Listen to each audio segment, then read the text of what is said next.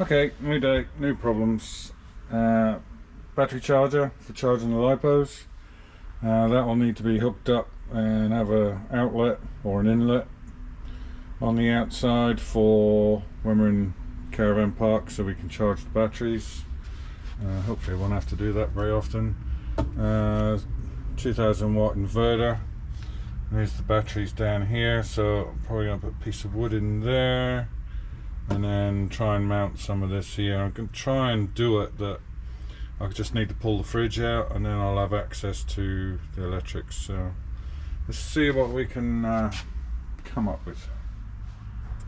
One thing I decided, I'm not having the coffee machine in there now.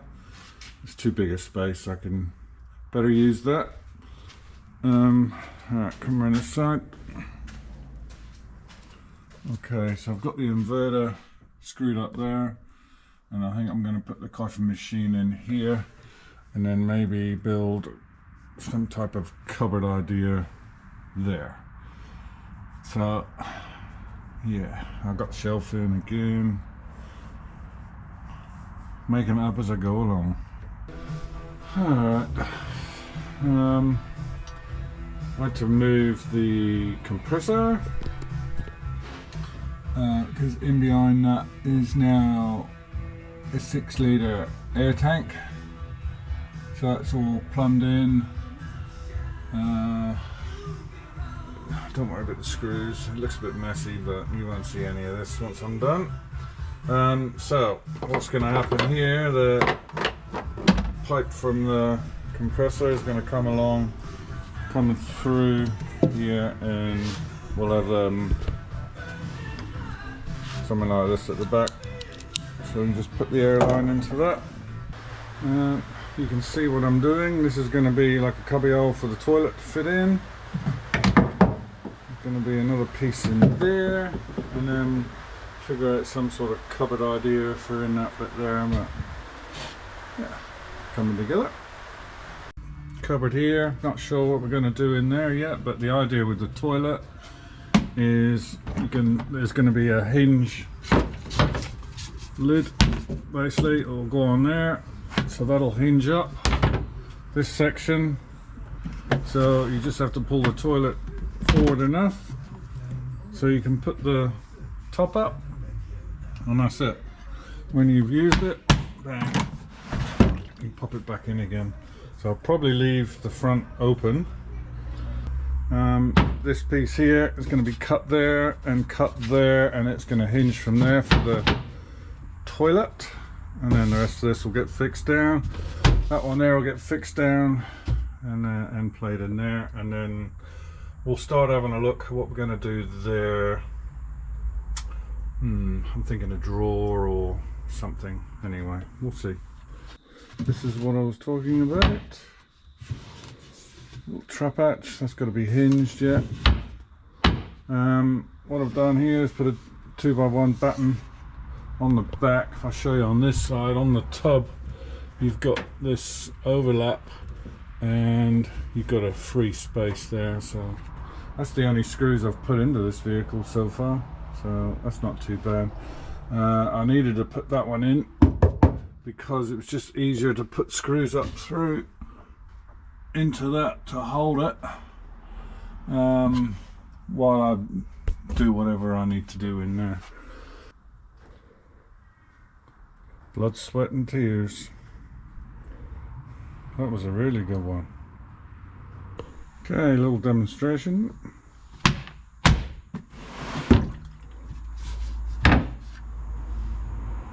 Yeah, sweet. I just made this basically shelf which sits in on the back of the wheel arch. This is just dropped in there at the moment, it's still loose, but I'll put some silicone underneath there so it sticks to the top of the wheel arch, level this up, and then that will allow me to put 1 or 2 drawers or one big one, something like that, and then maybe something similar on the bottom as well. We'll see. I was just having a look on this section anyway. I got looking at the wires for come off the camper, and I decided to do the brake light one for this one up here. So just a little tip for anybody that's got a Ranger, if you need to get this light off, get a light a minute, you need to take this back panel off, and then there's one screw down there, and there's another screw in there. Undo those two screws, and then this light will be floppy. There's basically two pins here which are held on like a fork, so take those two screws out and then just grab the light and pull it straight back to the rear of the car, and it'll just slide off. It's pretty good fit actually, works well.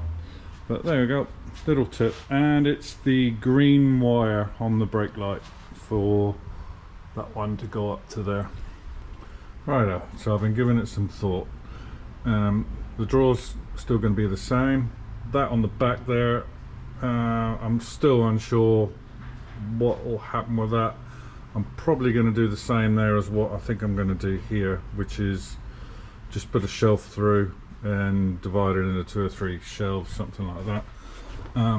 This side, because I got the fridge going there, that to the left of the fridge is going to be dead space if I end up putting drawers in here. So I think what's going to be better is putting a shelf all the way through, and that will give me storage underneath that shelf and that little gap down through there, and whether it be 1 or 2 shelves, and then put some doors on here rather than drawers.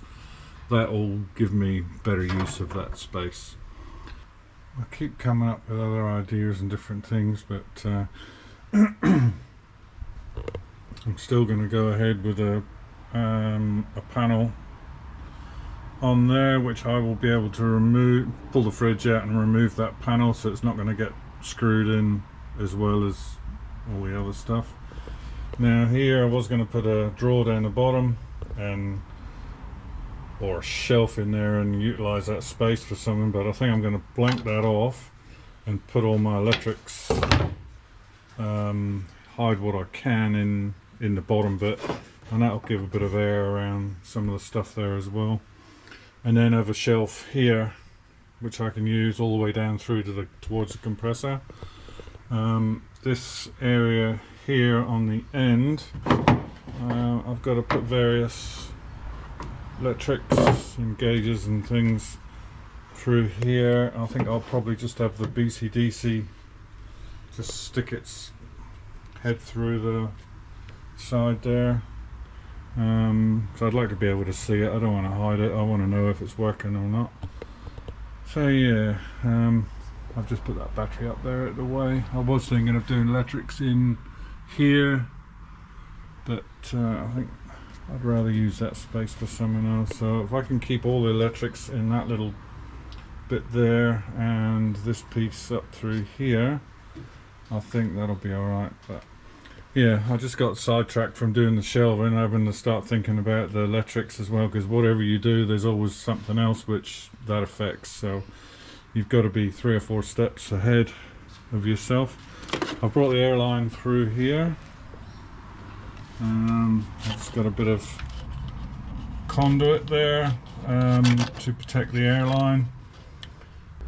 Well, before I go too much further, I need to get this figured out and installed. It'll be a lot easier to do now.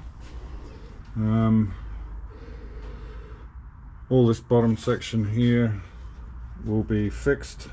I'll have a removable top section, but that will be removable so I can get access to the electrics. There'll be a piece down through here which will have some panels or something on, which will also I'll try and make it so I can remove that. But yeah, so we've got a inlet and an outlet which will go back here. I've got the shunt to put in. I'll put that down there next to the battery. This just tells me what's going on with the batteries. Battery charger, so I can charge when I'm parked in the garage or whatever, keep the batteries topped up. There's a water gauge. I've got nothing to connect that to at the moment, but we'll try and figure out a spot for it. And then just various Anderson plugs, so I can connect in like extra solar or have a 12-volt feed to power something else. This is for the inverter, which is up there. Don't even know whether I should bother with that. Don't really need it because I can access the top of it and everything there, so if I just end up moving it then maybe I will, but at this stage I probably won't use that. There's an extra fuse panel if needed. This thing here is probably, instead of the fuse panel, this is what I'll use. I can wire everything up in here, everything's fused, and then it's controlled by this remote, so I can put this wherever I want to, and also I can control everything via Bluetooth. So that's that. That's pretty much it. I got the red arc charger, it's only a 40 amp. We'll try and stick that in so I got the front showing. That's a main live from the battery of the car, so I'll bring an earth and a live direct into here.